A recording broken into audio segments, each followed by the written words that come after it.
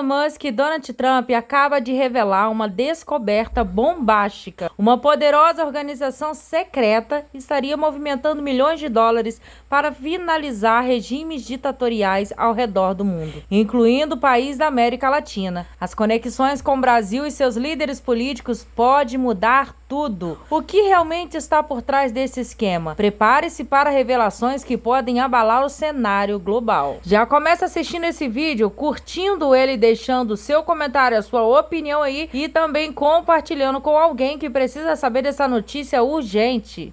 Você precisa entender um mínimo sobre esse escândalo internacional que está acontecendo agora sobre essa agência USAID.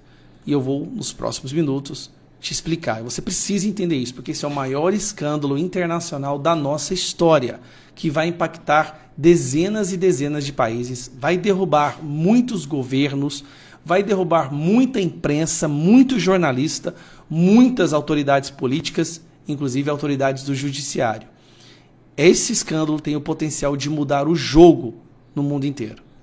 Mas antes eu vou te explicar o que é isso aqui. O que é essa USAID que está todo mundo falando nos Estados Unidos e a imprensa brasileira está fazendo um esforço hércules para fingir que não está acontecendo. USAID foi uma agência criada nos anos 60 nos Estados Unidos com a fachada de ser uma agência para fazer ajuda humanitária, para ajudar pessoas pobres, miseráveis, para ajudar os desfavorecidos, para ajudar em áreas de risco, em áreas de desastre, mas na verdade essa agência foi criada pela CIA, pela CIA, a Agência Central de Inteligência dos Estados Unidos, para influenciar, manipular e controlar o debate político e enfiar goela abaixo uma agenda ideológica em dezenas de países, debaixo de uma bandeira de ajuda humanitária. Desde a década de 60 eles fazem isso. Por quê? A CIA entendeu que seria difícil eles entrarem nos países, já que a CIA era conhecido como uma agência que tinha única e exclusivamente os interesses americanos e de espionagem. Mas criando uma agência de ajuda humanitária, eles teriam porta aberta para entrar nos países, comprar jornalistas, comprar políticos, comprar ONGs, financiar o debate político e basicamente controlar a política e as nações por completo. E assim foi criado, na década de 60, essa USAID, que tem uma tradução. US quer dizer Estados Unidos, AID é Agência Internacional de Desenvolvimento, né? Agency for International Development. Mas também tem um trocadilho. Aid, em inglês, quer dizer ajuda. Então é como se fosse uma agência de ajuda. E assim, eles começaram a influenciar o mundo inteiro. Só que, e aí que vem a questão, tudo veio à tona agora. Quando Donald Trump e Elon Musk chegaram ao poder, eles voltaram os olhos para essa agência e começaram a analisar o que essa agência estava gastando, para onde ia o dinheiro. Afinal de contas, esta é a agência que tem o maior orçamento no governo americano. São 50 bilhões de dólares por ano que essa agência tem para fazer a sua política, né? Para atuar no mundo inteiro. E eles começaram a analisar onde que esse dinheiro estava sendo gasto. E aí, para surpresa de muitas pessoas, começaram a surgir alguns escândalos, como esses aqui que eu estou mostrando para vocês. 1,5 milhão para promover diversidade, equidade e inclusão nos locais de trabalho na Sérvia. Isso aqui é uma agenda progressista, de esquerda, né? 70 mil dólares para a produção de um musical sobre, né, diversidade, equidade e inclusão na Irlanda. Financiar uma ópera transgênero na Colômbia. Criação de uma história em quadrinhos transgênero no Peru. O dinheiro do pagador de impostos americano estava sendo usado para enfiar goela abaixo a agenda da extrema esquerda em vários países. Se descobriu também que eles financiavam e transferiam dinheiro para mais de 6.200 jornalistas pelo mundo, 707 veículos de comunicação, inclusive aqui dentro do Brasil, assim como outras centenas de organizações não governamentais. Aqui no Brasil também, dezenas dessas organizações receberam dinheiro, como Fatos e Boatos, a organização do Felipe Neto, que é a Vero, se eu não me engano, e algumas outras, como o Artigo 19, que é aquela que está tentando empurrar a censura no nosso país. A USAID também fez lives junto com ministros do STF. E há várias denúncias ainda de que eles compraram aqui dentro advogados, políticos, jornalistas. Tudo virá à tona à medida que os documentos começarem a ser divulgados. É por isso que nós estamos entrando com pedido de CPI. Agora vamos para a parte que realmente chamou a atenção e por que esse escândalo é gigantesco. Bom, saiu também um ex-funcionário do Departamento de Estado, uma denúncia gravíssima, que foi essa aqui, ó. Bolsonaro era visto como Trump tropical pela USAID. Ex-secretário de Trump, Mike Pence, também afirmou que a agência influenciou no resultado das eleições de 2022 no Brasil. Essa agência, de acordo com Mike Pence, havia influenciado o resultado. E aí, uma card aqui que o Bolsonaro disse que foi uma fala desse cara aqui, que é um ex-funcionário do Departamento de Estado. Se a USAID não existisse, Bolsonaro ainda seria presidente do Brasil. Mas vamos lá. Elon Musk mandou fechar toda a USAID, basicamente retirou todos os funcionários. E aí a esquerda entrou em pânico. Pensa num pessoal que entrou em pânico generalizado e começaram a fazer protestos nas ruas, em frente à agência. Olha, essa aqui está a Agência de Internacional de Desenvolvimento. E aqui eles começaram a fazer os seus protestos, foram para a rua. Os políticos de esquerda surtaram completamente. Por quê? Esse foi o mais certeiro e mais importante, mais danoso golpe neste grupo de influência internacional. Ali é que está o epicentro da esquerda. Sabe aquilo que nós chamamos de sistema, né? Lutar contra o sistema? Outras pessoas usam a palavra Matrix. Nos Estados Unidos se usa muito Deep State, o Estado Profundo. Mas essas três palavras querem dizer a mesma coisa, né? Um grupo de pessoas que determina a opinião pública internacional empurrando a agenda ideológica delas, financiadas, ninguém sabia até agora. Hoje se sabe, um dos principais financiadores dessas interferências internacionais, da censura, da perseguição, da instrução, dessa estrutura, tá, de censura, é a USAID.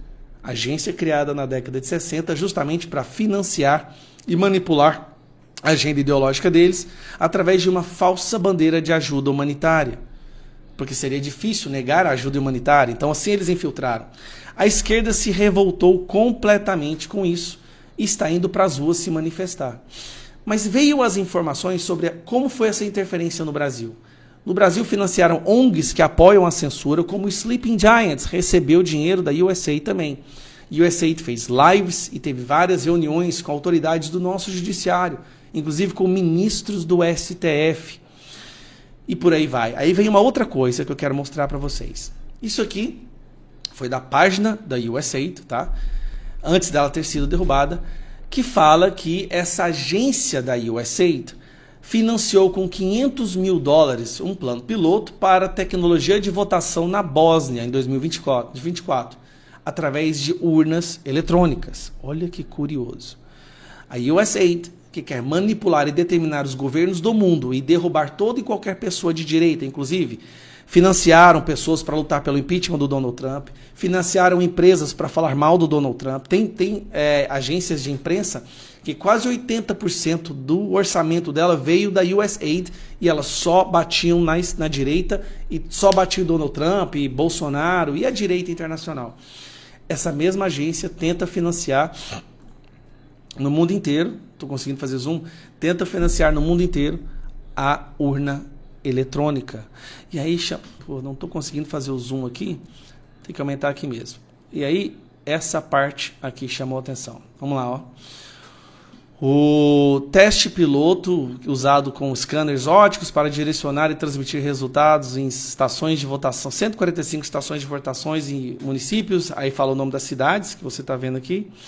Essas locações eram selecionadas pela USAID e a CEC para providenciar exemplos de estatísticos para os municípios e estações de votação que eram demograficamente e politicamente representativas pelo BIH. Os scanners serão providenciados pela empresa de tecnologia de eleição Smartmatic.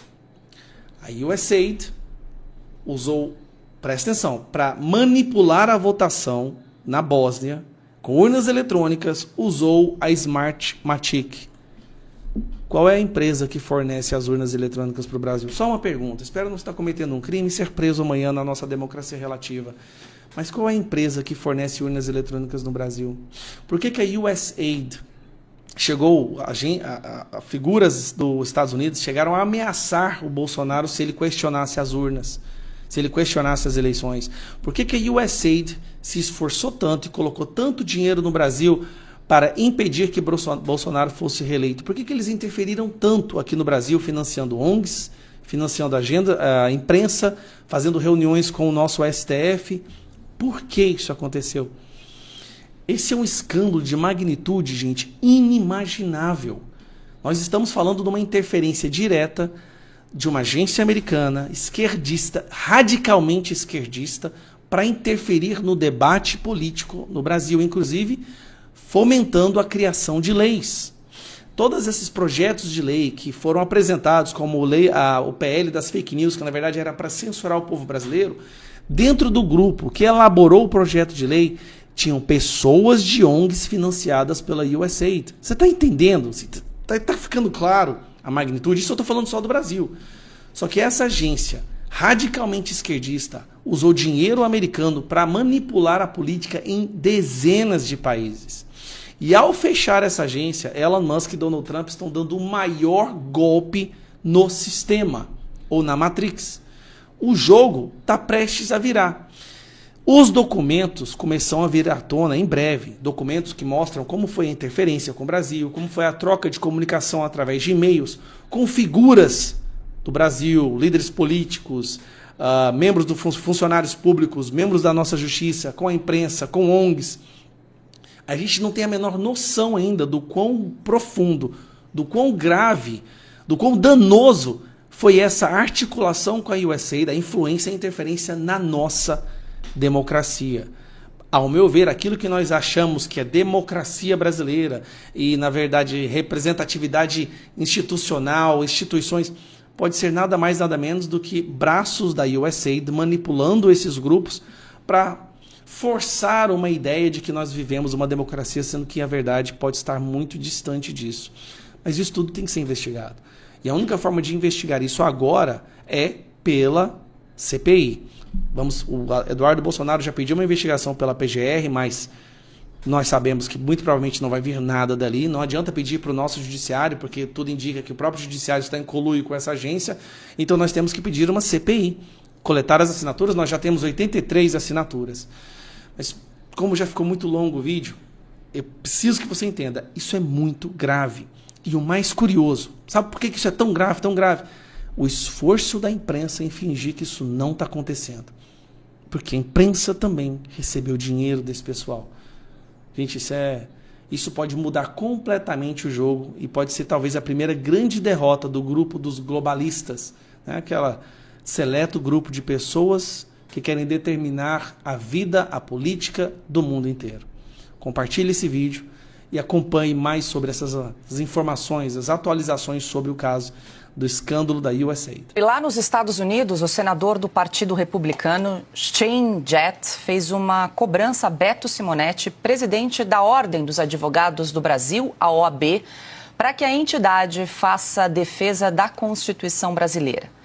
Na Comissão Interamericana de Direitos Humanos existem relatos de violações de direitos garantidos por tratados internacionais, pela Constituição do Brasil e por leis brasileiras.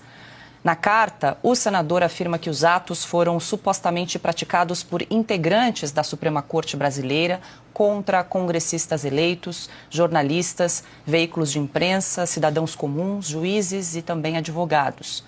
O senador ainda citou omissão e descaso da OAB frente a violações no cumprimento de sua finalidade constitucional e legal, especialmente no tocante à defesa dos direitos dos advogados e dos direitos humanos. Ana, começamos essa com você, quero ouvi-la. A gente percebe um movimento aí diferente, iniciativas ocorrendo de vários lados, né, em favor aí da liberdade de expressão. Abrimos o programa trazendo essa iniciativa da OEA e agora do advogado, do senador, o Shane Jett, que há uma diferença aí nos Estados Unidos, né, Ana? Acho que é importante também você explicar para a nossa audiência. Os estados têm os seus próprios senadores. Isso, Paula. Todos os 50 estados têm os seus senados e também cada estado tem a sua Suprema Corte, assim como a sua Constituição. E o Shane Jett, ele é um senador do Senado de Oklahoma, mas ele também já fez parte do Congresso americano. É um senador muito atuante, principalmente nas comissões de negócios e comércio, de energia. E tem passagens por esses comitês, por essas comissões, ou seja, é um nome que, estando no Senado do estado dele ou no Congresso americano, é um parlamentar que está o tempo todo negociando, conversando, analisando documentos e principalmente relações entre os países. Então é muito importante, mesmo que hoje ele esteja num posto de Senado, no Senado do estado de Oklahoma, ele continua com essa abertura para discutir, porque aqui os estados também têm essa liberdade para discutir assuntos sobre direitos humanos e direitos civis que possam, de uma certa forma, não apenas interferir no país, Estados Unidos, mas nos estados também, já que desde a formação dos Estados Unidos, as próprias 13 colônias, cada uma tinha liberdade para construir as suas relações com outros países, relações comerciais, enfim. E isso seguiu durante toda a história dos Estados Unidos. Então, hoje, cada um dos 50 estados continua com a sua autonomia de negociar, de fazer tratados com outros países e de alertar, inclusive, o governo federal se algo está errado nessas tratativas e nessas relações. Então, a pressão do senador Shane Jett é uma pressão importante e eu acho que joga luz também na OAB no cenário internacional, porque nós falamos sempre da OAB, do senhor Simonetti, que sempre escolhe, né, a indignação no momento certo, talvez no momento de eleição, no momento que ele precisa de um apoio público, mas isso sempre ficou no campo doméstico no Brasil. Então, a mão agora desse senador americano na OAB vai colocar exatamente a instituição que deveria proteger a liberdade de expressão, a liberdade dos advogados, o direito dos advogados de defender constitucionalmente os seus clientes, vai colocar todos esses desmandos que nós sempre falamos da OAB agora no campo internacional. Sem dúvida, Alexandre, o senador, o Shane Jett, colocando então a atuação da OAB agora no cenário internacional, e vale lembrar que ele é o mesmo senador de Oklahoma que enviou uma carta ao ministro Alexandre de Moraes pedindo que ele devolvesse o passaporte a Jair Bolsonaro para que ele pudesse comparecer à posse de Donald Trump. Pois é, ele está sabendo do que acontece aqui no Brasil. Parece que o presidente da OAB Nacional não sabe. Está fingindo que não sabe, está fingindo que está dormindo, que está desligado, que não vê, que não fala, que não sabe, que não ouve, né? Agora, isso é injusto com as OABs estaduais, em que os presidentes são eleitos pelo voto direto. Não é o caso do senhor presidente nacional da OAB, né?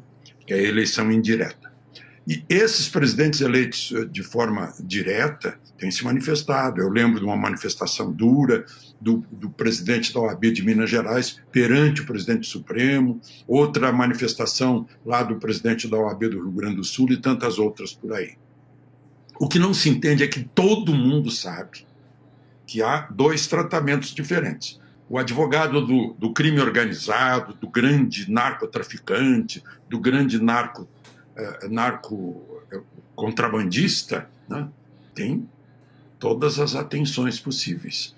Agora, o advogado dos manifestantes do 8 de janeiro, aí não tem o amplo direito de defesa, não tem a defesa pessoal, é tudo escondido, né, via digital, aproveitando lá o pretexto da pandemia, tá, via digital.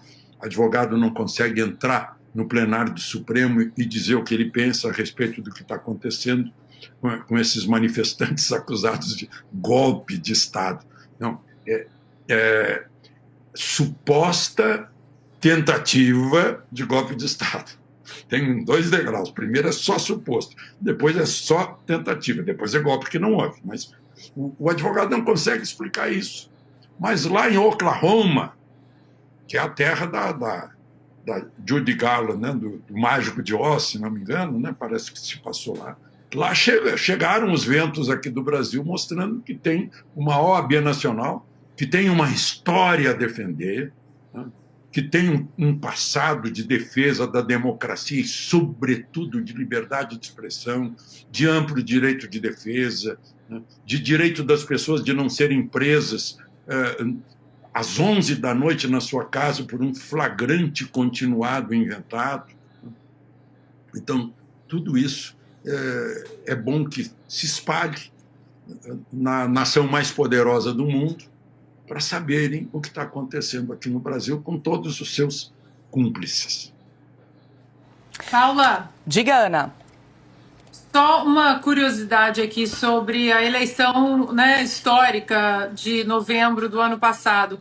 Oklahoma foi o único estado dos 50 estados americanos que todos, absolutamente todos, 100% dos condados votaram em Donald Trump. Mesmo nos estados republicanos, como a Flórida, onde a maioria votou no Donald Trump, havia condados ali que você vê que vota mais para os democratas, né? Há umas bolinhas azuis.